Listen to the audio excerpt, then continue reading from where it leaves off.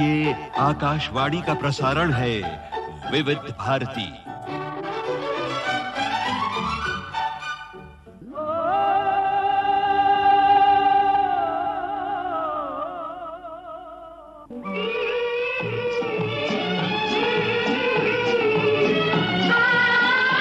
मुझे याद सब है जरा जरा, मुझे याद सब है जरा जरा, वो लम्हा लम्हा साथ है, मुझे याद सब है जरा जरा।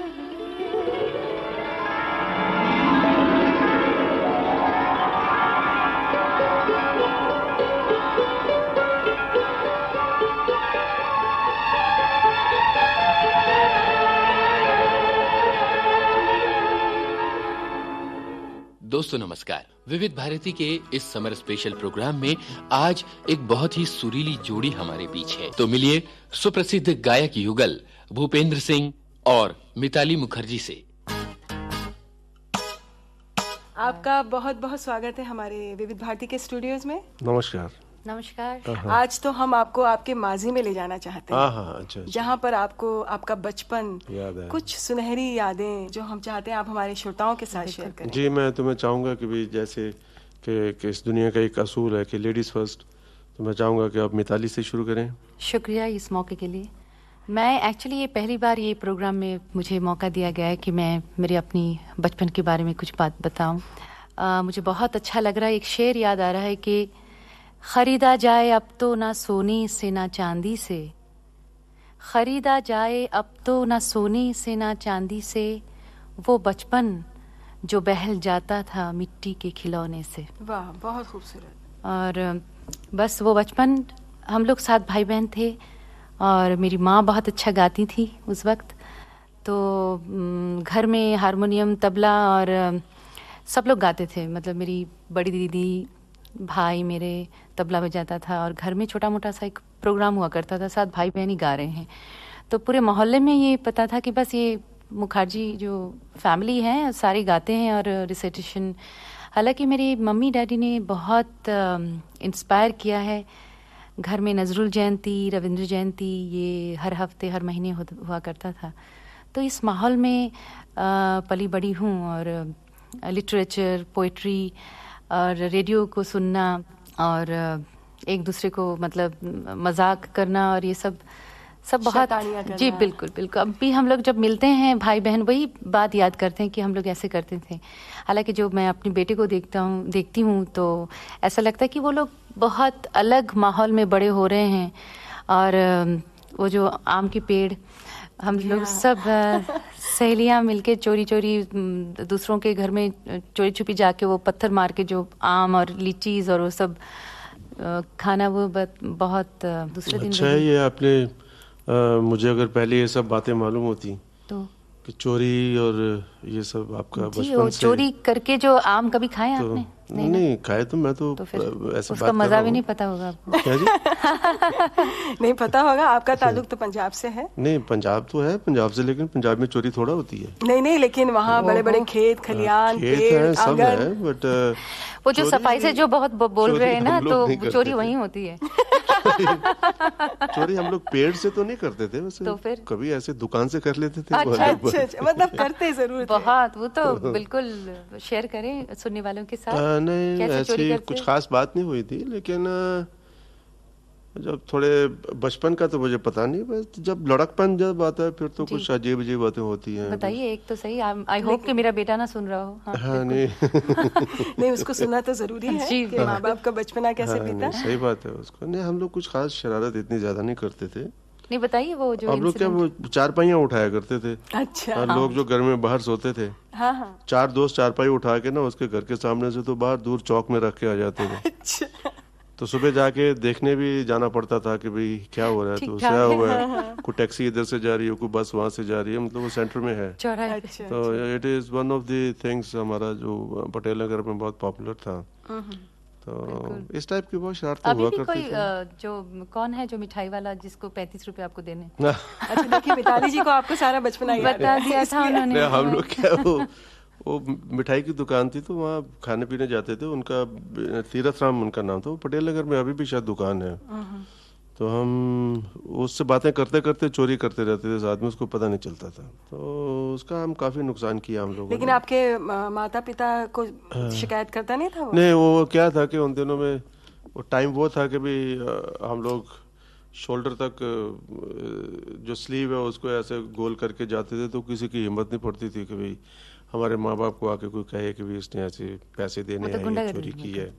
गुंडागर्दी नहीं थी। हाँ जी। मैं रामलीला का म्यूजिक डायरेक्टर था अभी। हाँ, पटेल नगर की जो रामलीला होती थी जी, तो मैं लेकिन, उसका म्यूजिक डायरेक्टर था। तो जी जी, आप सुनाइए ये म्यूजिक डायरेक्शन के बारे में। आप उस वक्त सॉरी मैं पूछ रही हूँ, गाना सुना दीजिए। आप मुझसे सवाल पूछेंगी या हम दोनों। नहीं मोहतरमा पूछेंगी? हाँ। मुझे भी ये मौका मिला पहली बार। आप मुझे जरा कॉर्नर करते जा रहे हो और मैं जरा फंसता जा रहा हूँ। मैं नहीं सोच रहा नहीं, हूँ। बिल्कुल नहीं। आपने अभी जिक्र किया कि शैतानिया, रामलीला, म्यूजिक होते रहते थे हम लोग। कोई गाना आपका पसंद का इस मौके पर हम सुनाएं अपने श्रोताओं को? मैं कह सकता हूँ भाई मैं कौन सा गाना सुनना चाहता हूँ।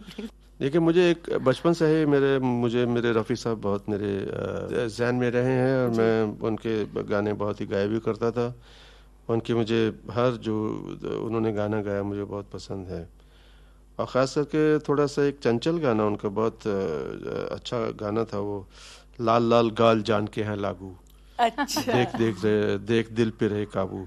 मतलब उस वक्त उस टेम्पो में उस गाने को गाना बहुत मायने रखता था। बड़ा मुश्किल काम था क्योंकि हिंदुस्तानी कंपोजिशन के हिसाब से तो वो कोई भी कुछ भी गा सकते थे, लेकिन ये एक रॉक एंड रोल का बीट था, जबकि रॉक एंड रोल हमारे संगीत में अभी तक आया नहीं था। तो रफ़ी साहब ने फर्स्ट टाइम वो उस टेम्पो में रॉक एंड रोल का वो जो गाना गाया था। और मैं चाहूँगा कि आप मेरे सुनने वालों को, हम सब की तरफ से जितने सुनने वाले हैं उनको आप ये गाना पेश कर सकते हैं। हाँ, तो अभी आप जिक्र कर रहे थे मिताली जी के पेड़ और आंगन, हाँ, और पत्थर मारते बिल्कुल। थे। आपकी पढ़ाई वगैरह सब कहाँ? पढ़ाई मैं एक्चुअली ओरिजिनली बांग्लादेश से हूँ। अच्छा। माइमन सिंह करके एक शहर है, वहाँ से मैंने स्कूलिंग की है। विद्या में स्कूल मुझे याद है, बहुत सुंदर, बहुत ग्रीन एकदम सा था चारों तरफ से। और मुझे याद है वहाँ पे एक लेडी बैठती थी और इमली की जो गोल गोल सा वो चटनी की जैसे बनाती थी और मैं बहुत खूब खाती थी। और तब क्लासिकल भी मैं सीखती थी जब, तो एक गुरुजी मेरे मिथुन दे साहब वो आते थे घर पे और उनको पता नहीं कैसे पता चलता था, सा लगाते ही बोलते थे तूने इस बार इमली खाई है। हाँ बिल्कुल, खराश। और वो वो छुपाते भी थे। अच्छा ठीक है, मैं मम्मी को डैडी को नहीं बताऊंगा, ठीक है, कल से अगर खाना हो तो दोपहर में खाना, शाम को मत खाना। तो इस तरह से मुझे अभी भी याद है। तो वो जब आते थे मुझे लगता नहीं था कि गुरुजी आ रहे हैं, ये खौफ सा, एक डर सा, वो नहीं लगता था, लेकिन एक दोस्त के हिसाब से वो सिखाते थे। और खेलना, लेकिन मेरी माँ बहुत स्ट्रिक्ट थी कि ठीक है खेलना तो होता ही है लेकिन थोड़ा प्रैक्टिस भी कर लिया करो, 15 मिनट ही सही, आधा घंटा ही सही।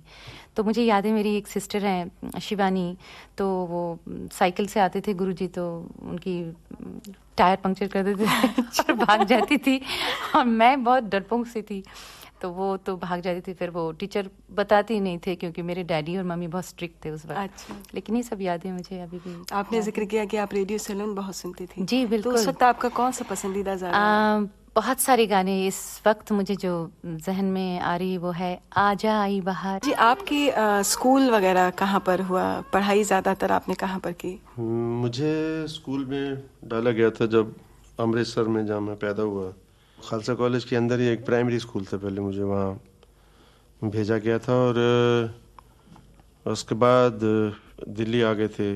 दिल्ली में पढ़ते पढ़ते खेलते खेलते बड़ा हुआ। इनफैक्ट मेरा जो संगीत जो मेरे पास है ये मुझे विरसे में मिला है। मेरे पिताजी प्रोफेसर नत्था सिंह जो खालसा कॉलेज अमृतसर में म्यूज़िक प्रोफेसर थे वहाँ पे, plus he was a devotional singer later on. जी। तो उन्होंने मुझे बहुत कुछ दिया है, जो भी आज मैं इंस्ट्रूमेंट बजा रहा हूँ या जो भी मैं गा रहा हूँ, ये सब उनकी देन है। तो जब 10-11 साल का हुआ था तो मुझे वो मेरे पहले गुरु श्री खिराती लाल तहीम के पास ले गए थे मुझे, जिन्होंने मुझे बहुत अच्छी क्लासिकल संगीत की जो ट्रेनिंग दी थी। तो बहरहाल बात यह है कि मेरा जो बचपन है वो म्यूज़िक सीखने में ही ज़्यादा गुजरा और मैं बहुत ही शांत तबीयत का आदमी बच्चा था और अभी आदमी भी बहुत शांत तबीयत का। लेकिन आपकी माता जी का तो जरूर ध्यान आपकी तरफ जाता होगा, क्योंकि माँ को बहुत बच्चे ऐसे प्यारे होते हैं। जब मैं फिर बड़ा हो गया फिर then she was worried about me. तो मैं रात को 3-3 बजे आता था घर पे, तो सब दोस्तों के साथ घूम रहे हैं पटेल नगर की सड़कें, पूरे उधर दिल्ली की सड़कों पे रात के 2-2 बजे तक 2:30 बजे तक घूम के, रात को ट्रांसपोर्ट नहीं कुछ नहीं, पैदल आ रहे हैं कनॉट प्लेस से या कहीं से भी पैदल वापस आ रहे हैं, तो 2:30-3 बजे घर पहुंचता था। तो माँ को पता चला कि तो बहुत लेट आता है। तो ना एक दिन मैं ऐसे घर में घुसा तो पूछती है पुपी कितने बजे ने क्या टाइम क्यों है? तो मैं ऐसे बोले कुछ नहीं 12:30 बजे सो जाओ, अभी 12 बजे। अच्छा, तो बाय द टाइम मैं कपड़े चेंज करके आया तो हाथ में टाइम पीस पकड़ा हुआ था उन्होंने, जो कि उन्होंने अपने पलंग के नीचे रखा हुआ था। तो मुझे बोले जरा टाइम देख तो क्या हुआ है इसमें। तो फिर मैंने कहा ये घड़ी आगे लगती है मुझे 2:30-3 बजे हैं शायद, तो ठीक है जरा जल्दी आया कर। तो आना जाना तो मेरा वही टाइम पर रहा, लेकिन दूसरे दिन से मैंने क्या किया कि मैं आके सबसे पहले वो घड़ी निकालता था नीचे से, उसके मैं 12-11:30 बजे आता था, फिर उसके नीचे रख के फिर मैं कपड़े उपड़े चेंज करता था। सो मोहब्बत एक रही जो बाद में माँ ने बड़ा फिक्र किया, बहुत ही she really thought of me but I enjoyed it. Vividh Bharati से इस समय आप सुन रहे हैं समर स्पेशल। मुझे याद सब है जरा जरा। और आज हमारे बीच है गायक जोड़ी भूपेंद्र मिताली।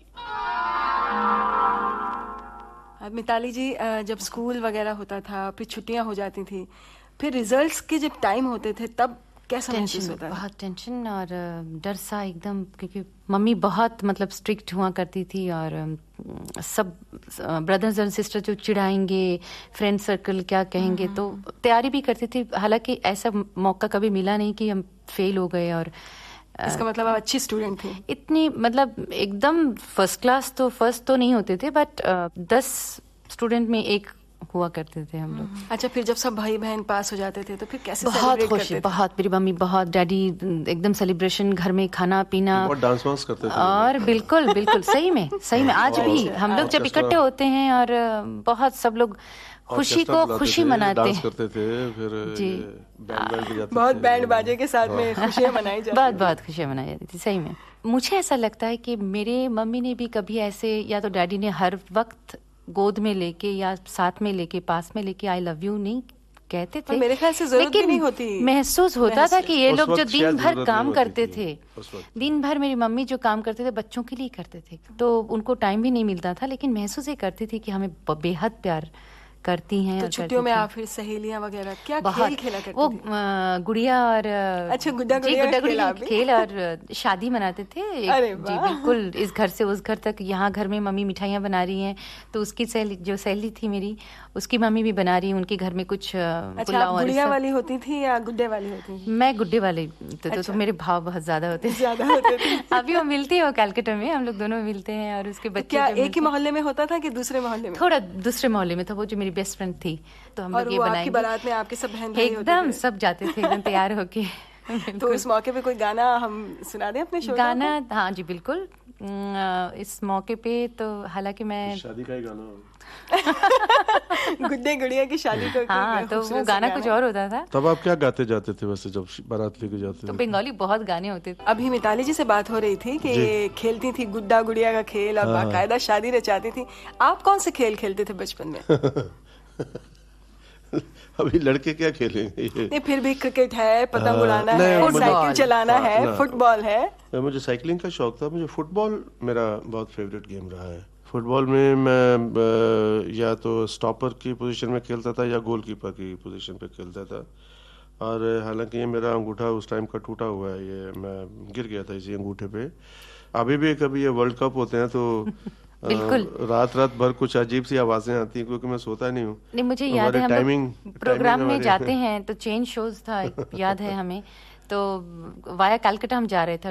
रांची जा रहे थे तो कलकत्ता में ओवरनाइट स्टॉप था, तो उन्होंने सोचा कि एयरपोर्ट के पास होटल है, वहां जाते हैं। तो मैंने जब एयरपोर्ट होटल में होटल जाके पूछा अभी आपके पास टीवी है कि नहीं, क्योंकि रात को 3 बजे मैच आने वाला है। फुटबॉल हाँ, तो उन्होंने बोला टीवी तो जी कॉमन रूम में। बोलते चलो, मैंने टैक्सी में सामान रखा, पार्क स्ट्रीट गए, and all the way to Park Street hotel में वहां जाके पूरी रात वहां जाके मैच देखे, सुबह आंखें मलते मलते एयरपोर्ट पे वापस आए थे। सो ये शौक मुझे बहुत ही अभी भी बहुत ज्यादा है फुटबॉल का। मिताली जी, जैसे अभी इन्होंने दोस्ती का जिक्र किया, तो आपकी भी सहेलियां जब अब मिलती होंगी तो वही सब पुरानी बातें और उन जगहों पे जब आप जाती हैं अब तो कैसा लगता है? बहुत अच्छा लगता है। हम लोग याद करते हैं क्योंकि हमारा बचपन बहुत ही मतलब हैप्पी, मुझे जहाँ तक याद है। और म्यूज़िक एक सब्जेक्ट ऐसा रहा, सहेलियों में भी भाई बहनों में भी बहुत स्ट्रॉन्ग सब्जेक्ट अभी भी है और उस वक्त भी रहा है।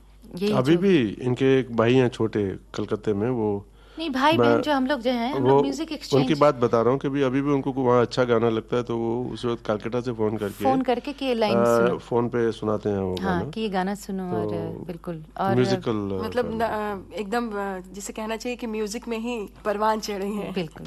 लेकिन अक्सर ये देखा जाता है कि लड़की होने के नाते तो माँ बाप की पाबंदियां भी बहुत होती होंगी कि इस वक्त मत जाओ, जल्दी आ घर जाओ। से बाहर बहुत कम जाना होता था। मेरे डैडी कहीं नहीं जाने देते थे, लेकिन घर में सब कुछ मतलब म्यूजिक सुनो, मतलब सहेलियों को बुलाओ, खाना पीना सब कुछ। कभी दिल नहीं करता था कि बाहर जाएं, पिक्चर हाँ, देखें? तो वो महीने भर का वो जो रूट, मतलब ये परमिशन लो, वो परमिशन लो, यहाँ से ये टिकट्स पहले बुक करेंगे, फिर मतलब जा रहे हैं तो पता नहीं, ऐसा लगता था कि पता नहीं चांद में जा रहे हैं कि कहाँ जा रहे हैं। तो वो जो पिक्चर देख के आने के बाद एक अभी भी याद है कि बस हमने वो पिक्चर, एक पाकिस्तानी फिल्म थी वहाँ पे, ज़ीबा और मोहम्मद अली की पिक्चर थी और नूरजहां जी की। मतलब पहली हिंदी फिल्म कौन सी थी आपकी? हिंदी फिल्म मैंने बहुत बाद देखी है। 71 में मैंने हरे राम हरे कृष्ण देखा है। उसके बाद बहुत पिक्चरें देखी, लेकिन पिक्चर देखना जो हमारे घर में जो था वो मनाही था एक हिसाब से कि पिक्चर नहीं देखो, मतलब पोइट्री, ड्राइंग, गाना सुनना, ये सब करो। पिक्चर कभी ये नहीं होता था कि माता जी आपकी बोलती हूँ कि आप लड़की हैं तो खाना बनाना भी सीखिए? हाँ बिल्कुल बिल्कुल। और सीना पिरोना भी सीखिए? हाँ बिल्कुल। और हालांकि मैं मतलब 4 बहनों में सबसे छोटी थी, तो मैं 1 नंबर की कामचोर थी। अच्छा। तो हाँ बिल्कुल। तो बहनें सब खाना बना रहे हैं, ये वो तो छोटी, उसको नहीं आएगा। और मैं भी मान लेती थी, ठीक है नहीं आएगा करके, हाँ नहीं आएगा करके मैं भी भाग जाती थी। लेकिन आहिस्ता आहिस्ता आ ही गया। बिल्कुल जी। विविध भारती से इस समय आप सुन रहे हैं मुझे याद सब है जरा जरा। और आज हमारे बीच है गायक जोड़ी भूपेंद्र मिताली। इनसे बातचीत कर रही हैं रजिया रागिनी। भूपेंद्र जी, आपका ताल्लुक पंजाब से है और मिताली जी आपका ताल्लुक है बांग्लादेश से। तो ये दोनों ही जगह उस वक्त में जब पाकिस्तान हिंदुस्तान का पार्टीशन हुआ था तो बहुत इफेक्टेड एरिया थे। तो कुछ उस वक्त की यादें आप लोगों के जहन में? मैं बहुत छोटा था, मुझे कुछ इतना खास मालूम नहीं। अगर आप 47 की बात कर रहे हैं तो मैं जाके ऐसे जीटी रोड पे देखता था, हजारों की तादाद में काफले चले जाते थे लाहौर की तरफ जाने वाले, जो क्योंकि मैं अमृतसर में था। ज़्यादा मुझे गहराइयाँ मुझे मालूम नहीं है क्योंकि I must be hardly 4-5 years old, you know। बिल्कुल। और मिताली जी? मिताली को तो शायद नहीं, 1947 में मेरे डैडी मम्मी मतलब दे गॉट मैरिड इन 1947। अच्छा। तो मुझे तो पता ही नहीं है इस बारे में, लेकिन 71 जो वॉर हुआ था तब जो ईस्ट पाकिस्तान, तो वो वॉर हो तो मुझे पता नहीं कि लड़ाइयाँ झगड़ा जो है एक आर्टिस्ट होने के नाते और बिछड़ जाने की जो एक दुख है, क्योंकि 71 में हम लोग भी आ गए थे इंडिया में। इतने तब पता नहीं था कौन हिंदू है, कौन मुसलमान है, कौन क्रिश्चियन है, कुछ नहीं। लेकिन अपनों से जो बिछड़ जाना है वो उसका एहसास बहुत। But I think they had a tough time coming from Mymensingh to ji Calcutta, you know, they हाँ had a हाँ very जी, tough वो time. मैं नहीं, काफ़ी सारी फैमिली भुगत चुके हैं। लेकिन आज भी मैं यही सोचती हूँ कि हमारे रूट्स जहाँ हैं वहाँ बिछड़ने वाले जो बिछड़ गए हैं, लेकिन हम अभी भी उनको उसी तरह से चाहते हैं। और जब सोचते हैं वो मायमनसिंह के छोटा सा शहर, तब जहन में ये नहीं आता है कि देखिए पासपोर्ट है, वीज़ा है, ये क्यों है? और ये तो बहुत संजीदा बातें हम करने जी, लगे जी। हैं। मैं चाहती हूँ कि बचपन में हम फिर से लौट आएं जी, और बिल्कुल। हम ये चाहेंगे जरूर कि हमारे बच्चों को वो सब नहीं देखना नहीं पड़े देखना जो पड़े। जी बीत दुआ चुका कीजिए, है। बस यही आप सोचिए कि भाई ऐसा नहीं हो, क्योंकि शायद मुझे कभी, मैं बहुत साल पहले भी ये बात कहा करता था कि भाई आने वाले जो बच्चे हैं उनके पास इतना टाइम भी नहीं होगा, अभी तू कौन है तू कौन है, नहीं, शायद उनके पास इंसानियत से बड़ा कोई धर्म नहीं होगा। ये I मैं hope. हमेशा सोचता हूँ, मैं भी। Coming generation of our children, maybe after 100 years or 150 years, there will be no passport, no nothing, because everybody will be मैं तो इस उम्मीद- so much in love with their own people. You see, बिल्कुल। why should I leave my country and go somewhere? बिल्कुल, और हम अपने बच्चों को ऐसे ही एक जी खूबसूरत यही सा- शिक्षा उनको दीजिए। मैं तो ये चाहता हूँ कि भाई माँ बाप को, हर बच्चे को दिन में कम से कम सोने के पहले एक बार छाती से लगा के पूछें कि बेटा तुम ठीक हो, तुम्हें कोई तकलीफ तो नहीं है, तुम्हें आज क्या चाहिए, क्या खाया, कुछ पूछो। तो ये जो एक बॉडी टच है, ये जो एक मोहब्बत है, ये बच्चों को सही जगह पे रखेगी। बिल्कुल सही कहा आपने, और बच्चों को इन सब चीजों से बिल्कुल ही दूर रखना बहुत दूर चाहिए। रखना खुश चाहिए, रहें और बहुत बस। दूर। हाँ, आपके कितने बच्चे हैं? हमारा जी मेरे एक मेरा बेटा है और एक हमारा एक मेरी adopted। अडॉप्टेड बेटी है जिसकी अभी शादी हो चुकी है, और एक उसका, मैं ग्रैंडफादर हूँ अभी। अच्छा। उसका एक 5 साल का बच्चा है, तो मैं नाना हूँ।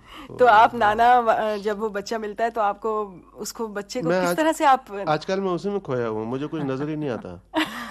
जब से हमारा ये बेटा निहाल पैदा हुआ है जी। और मेरा ग्रैंडसन जो मेरा आया है, आप यकीन करिए मेरा काम करने को दिल नहीं करता। तो ये तो बात थी हमारे बचपन की। अब बचपन से हम जब लड़कपन की तरफ जा रहे हैं, तो जी। आपका कॉलेज, और फिर कॉलेज में किस तरह से आप लोग फंक्शंस वगैरह में भी, क्या यही आपकी एक्टिविटीज रहती थी गाने की? मिताली कॉलेज गई है, मैं तो कॉलेज देखा नहीं मैंने। अच्छा, आप कॉलेज नहीं गए? नहीं, मैंने बड़ी मुश्किल से मैट्रिकुलेशन पंजाब यूनिवर्सिटी का 2nd डिवीजन में पास किया था, तो कान में हाथ लगाए थे कि इसके बाद इसके बाद पढ़ाई नहीं करूंगा। और यकीन मानिए घर पे जब मैं बहुत कोशिश करती हूँ कि एक रूटीन होना चाहिए, डिसिप्लिन होना चाहिए कि स्कूल के आने के बाद थोड़ा होमवर्क कर लो आप, ये सब रूटीन नहीं, देखिए।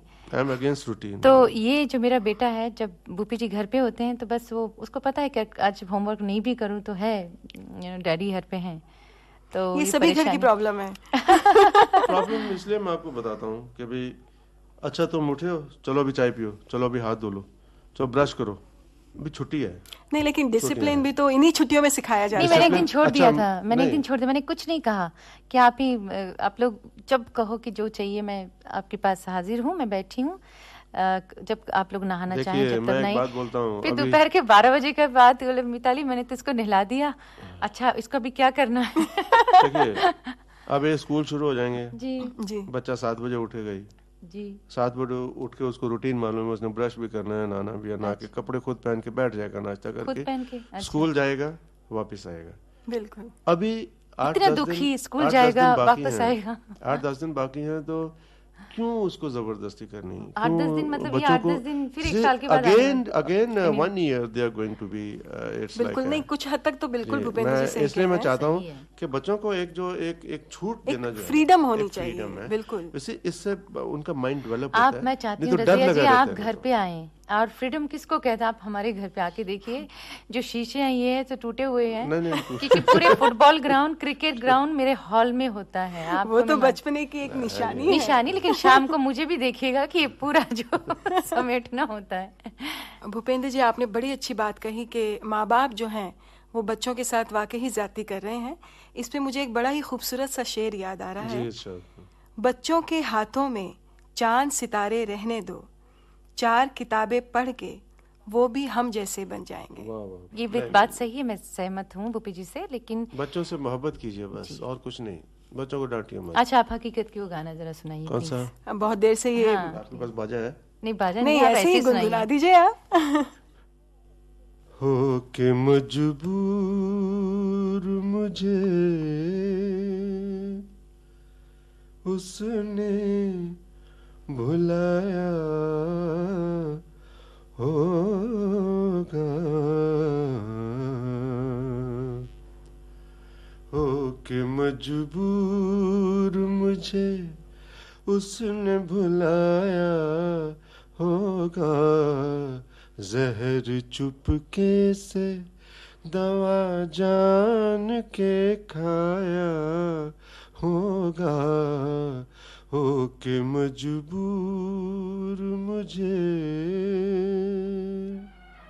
रज़िया जी, मुझे भूपेंद्र जी की आवाज़ एक पत्नी के हिसाब से नहीं, एक सुनने वाले, मैं बहुत फ़ैन हूँ इनकी। जी हाँ, हम हाई रहे जी। हैं, अभी आपसे पूछ ही रहे हैं कि आप जी। दोनों का जी मिलन जिसे कहना चाहिए ना, संगम, टकराव कैसे हुआ? जी, मैं भूपेंद्र सिंह जैसे लता जी, आशा जी, रफ़ी साहब, किशोर कुमार, मन्ना डा, तलत साहब, वैसे ही हमारे बंगाल के संध्या मुखर्जी, हेमंत कुमार और प्रतिमा बैनर्जी, ये सब सिंगर्स में अचानक हमारे घर में मेरे ब्रदर ने एक कैसेट लाए कि एक वॉइस बहुत अलग सा है। इन्होंने एक बंगाली गाना गाया था, डेको नाम आए तुमी, तो और साथ ही साथ उन्होंने कहा कि ये कैसेट भी सुनना, ये पिक्चर परिचय, बीती ना बिताई रहना। जी हाँ।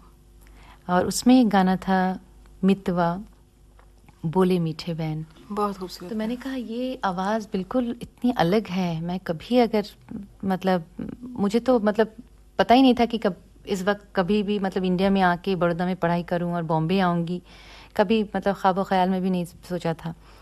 लेकिन जब मैं बड़ौदा में पढ़ती थी तब म्यूज़िक कॉन्फ्रेंसेस बहुत अटेंड करती थी, सुनती थी, तो एक ही ख्वाहिश वो ग्रुप में होता था कि कभी भी भूपेंद्र सिंह कभी लाइव प्रोग्राम करे तो मैं सुनने जाऊंगी। तो उनको पता था बहुत फ़ैन है इनकी। तो ऐसा हुआ कि मैं बॉम्बे में आके आरोही एक प्रोग्राम होता था, तो उसमें एक गाना गाने के बाद एक कॉमन अहमदाबाद में प्रोग्राम में मैं भूपेंद्र जी को मिली और मैं कुछ बोल नहीं पाई जब मिलने के बाद। तो उनका सोलो एक गज़ल एल्बम उन्होंने काफ़ी, कौन से साल में, 74। फिर उनसे मुलाकात होने के बाद फिर मैं बॉम्बे आई अपने प्रोग्राम के सिलसिले में, फिर जयदेव जी के वहाँ पे उनसे मुलाकात हुई, भूपेंद्र जी। जी। फिर दूरियां रिकॉर्डिंग में जो ज़िंदगी मेरे घराना अनुराधा जी के साथ वो रिकॉर्डिंग कर रहे थे, तो उस रिकॉर्डिंग में मैं गई। फिर धीरे धीरे एक दो प्रोग्राम में हम मिले। और तो कभी भूपेंद्र जी ने पूछा नहीं कि आप हर जगह प्रोग्राम में दिखाई दे रही हैं? एक्चुअली उन्होंने मुझे पहली बार टीवी पे देखा था, कोई अच्छा, आरोही प्रोग्राम में। तो उन्होंने उस वक्त तो कहा था, पता नहीं सच या झूठ, कि आप भी अच्छा गाती हो। बिल्कुल सच कहा था, आप तो गाती हैं बहुत आप अच्छा। सुनिए, इनको सुनिए। हर आदमी जिंदगी में कभी ना कभी गलती। कोई ना कोई गलती करता है। तो जी, आपने भी लेकिन गलती ये जो सिलसिला तो चलता रहा मुलाकातों का, जी। फिर वो जो कहते हैं ना इकरार मोहब्बत, जी जी, वो किसकी तरफ से पहल हुई? एक्चुअली पता ही नहीं चला कि कब किस it वक्त was music was the very bond. mutual, you know, जी। sort of. म्यूजिक एक ऐसा बॉन्ड था, एक दूसरे को एक जानने कॉमन लगे। जो सब्जेक्ट था which was we were lost in that was music. जी। रोज मिलना, कंपोज करना, she used to sing my compositions. तो आपके इस खूबसूरत मिलन जो जी। एक ऑटोमेटिकली अपने आप ही हुआ, वैसे उसके ऊपर एक गाना हम जरूर इसके ऊपर चाहेंगे। तो नहीं सोचा था, लेकिन मैंने एक गाना सुनने वालों को सुनाने के लिए मैं लाई थी, तो लगता है सिचुएशन वाइज तेरे मेरे सपने अब एक रंग है। भूपेंद्र जी, आपका जो फिल्मों का सफर एज अ सिंगर, जी। वो कैसे शुरू हुआ, कौन सी फिल्म से? जैसे मैंने आपको कहा कि मैं दिल्ली रेडियो स्टेशन पे था, तो मदन मोहन साहब दिल्ली आया करते थे, तो उनके लिए कभी सब दिल्ली के आर्टिस्ट लोग मिलके महफिल करते थे, खाना वाना खाते थे, उनका गाना सुनते थे, ये लोग गाना सुनाते थे। तो मुझे भी एक दिन किसी ने ऐसे ही थोड़ा उकसाया कि तुम भी थोड़ा गाओ ना। था मदन जी बोले, हाँ गाओ गाओ। तो मैंने भी अपना एक गाना सुनाया, तो उन्होंने मुझे ही डिनर के बाद बुला के पूछा कि तुम्हें कभी बॉम्बे बुलाएंगे तो बुलाऊंगा तो आओगे? सो मैं कहा हाँ हाँ आएंगे। तो मैं बड़ा फंट आदमी था, बिल्कुल never used to bother about people. 2-3 महीने के बाद एक और आदमी आया जिसका नाम चेतन आनंद था, वो उसने मुझे बुलाया, तो मैं मिलने गया, तो यही कहा कि भाई मदन ने तुम्हें सुना था और मैं चेतन आनंद हूँ, मैं ये पिक्चर बना रहा हूँ क्योंकि तुम उसमें गाओगे। मैं कहेंगे बुलाओगे तो गाएंगे। फिर वो भी चले गए। फिर 6 महीने के बाद कुछ टेलीग्राम्स वगैरह आए कि तुम्हें बॉम्बे बुलाया। तो ऐसे बॉम्बे जाके फर्स्ट गाना जो था मैंने हकीकत में जो गाया था हो कि मजबूर मुझे, जो कि मैं आपको सुना चुका हूँ। तो ये गाना मेरा पहला गाना था मेरे फिल्मी कैरियर का। पर आपने तो उसमें एक्टिंग भी की है। वो मेरा शौक नहीं था, वो बड़ी ज़बरदस्ती मेरे साथ इसलिए होती थी कि चेतन साहब को बहुत शौक था कि मैं फिल्म में एक्टिंग करूं, तो मुझे गाने का ही शौक था बस। उसके बाद फिर कुछ इतना ख़ास मुझे गाने का वो इसलिए मुझे हिम्मत नहीं पड़ी क्योंकि मोहम्मद रफ़ी साहब, किशोर कुमार साहब, मन्ना डे साहब था, तलत महमूद साहब, इतने बड़े बड़े गाने वालों में भूपेंद्र सिंह क्या चीज़ है। तो मैं सोचा मैं वापस जाऊंगा दिल्ली। तब मेरे कुछ दोस्तों ने, जो उस वक्त मेरे नए नए दोस्त बने थे, उन्होंने सजेस्ट किया, देख तू हवाइन गिटार तू बजाता है, ये एक्सपर्ट है उसमें, तो एक स्पेनिश गिटार सीख ले, उसका बहुत काम है इधर स्टूडियो में, तुम्हें म्यूजिशियनशिप तो तुम्हारे अंदर नेचुरल है, क्योंकि मुझे आप कोई भी इंस्ट्रूमेंट दे तो मैं आधे घंटे 1 घंटे में आपको उसको बजा दूंगा। हाँ, और हमने सुना है कि आप टॉप के म्यूजिशियन रहे हैं इंडस्ट्री में। तो बस ऐसे ही ऊपर वाले की कृपा है, पिताजी की देन है ये। तो गिटार मैंने फिर यहाँ बॉम्बे में सीखा, मेरे गुरु हैं भानु गुप्ता, जो कि फिल्मों में गिटार बजाते हैं, तो उन्होंने मुझे गिटार सिखाया। मेरा एक अपना ढंग था प्रैक्टिस करने का, मैं रात को 11 बजे से लेकर सुबह 5 बजे तक प्रैक्टिस करता हूँ। 2 साल में सोया नहीं। तो उसके बाद फिर इसका फल भी भगवान देता है कि मुझे, जब मैंने दम मरो दम में मेरा पहला गिटार सोलो, गाना ही उसी से शुरू होता है, तो लोगों को मालूम पड़ता है कि हाँ दम मरो दम है।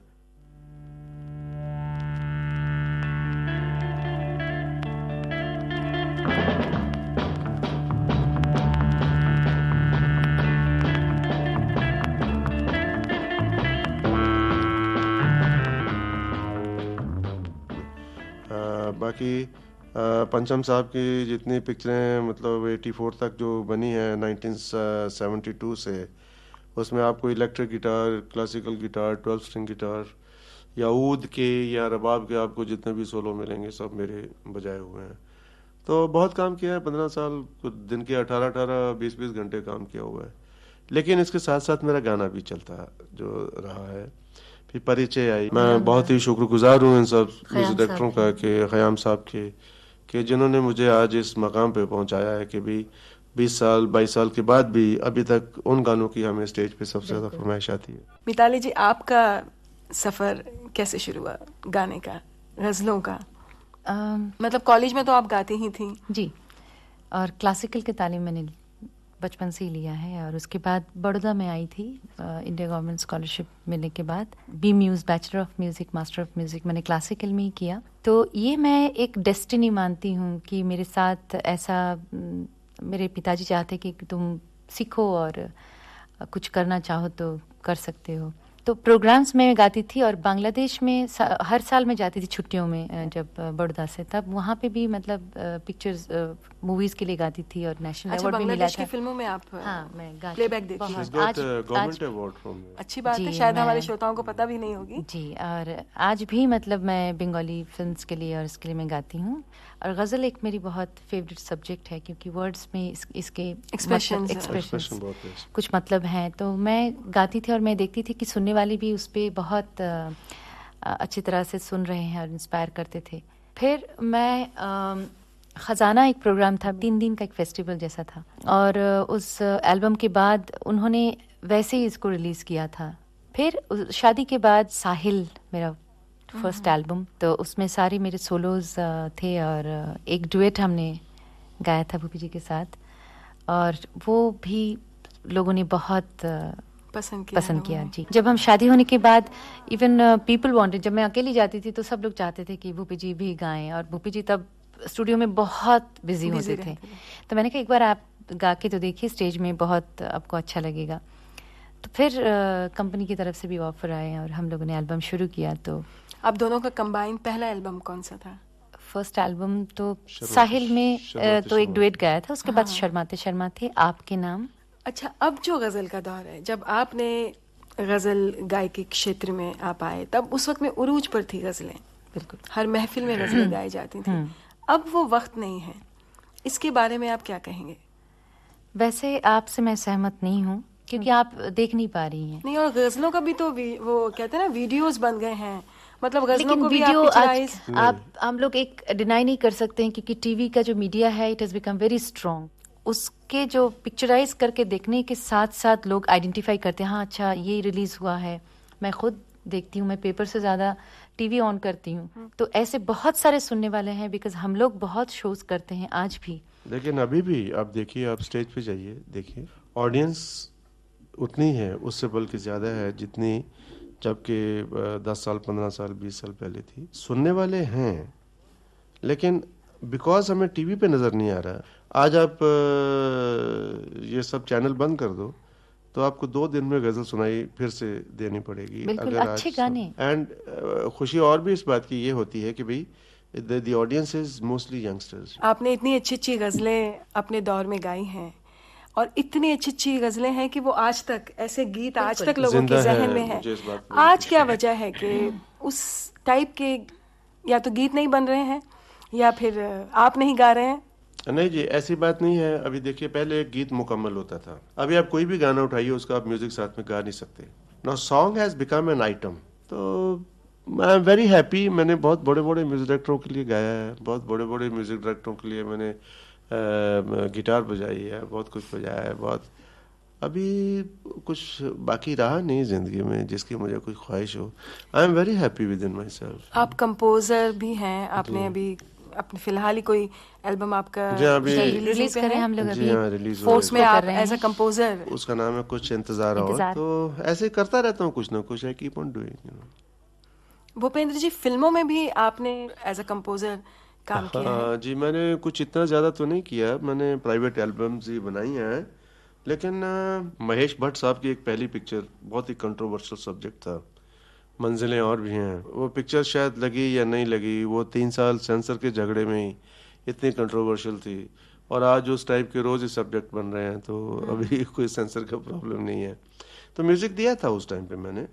लेकिन आज जो एक सिस्टम है काम करने का, आज मॉडर्न फिल्म इंडस्ट्री में, वो कुछ मेरी समझ में नहीं आ रहा। इट इज एंटायरली डिफरेंट, एकदम पूरा चेंज हो चुका है। आप उस माहौल में एडजस्ट नहीं कर पा रहे हैं? I think so, yes. मैं जैसे आपको मैंने कहा कि अभी मैं I am so satisfied, absolutely. मुझे शायद मैं कभी ये भी सोचता हूँ कि मुझे कुछ और चाहिए ही नहीं है। I am so happy, I am such A happy man. दोस्तों, गायक जोड़ी भूपेंद्र और मिताली से बातों का सिलसिला कुछ यूं चल पड़ा कि वक्त कैसे गुजरा पता ही नहीं चला। इनकी आवाजें देर तक हमारे मन की कंदराओं में गूंजेंगी। बहरहाल, अब उन लोगों के नाम आपको बता दें जिनके सम्मिलित प्रयास से आज का कार्यक्रम तैयार हुआ था। Technical assistance Rita Gomes, post production PK Nair और Veena Rai Singhani, associate presenter Yunus Khan, presenter Rakesh Joshi और मुझे याद सब है जरा जरा के इस अंक की प्रोड्यूसर थी रूपाली रूपक।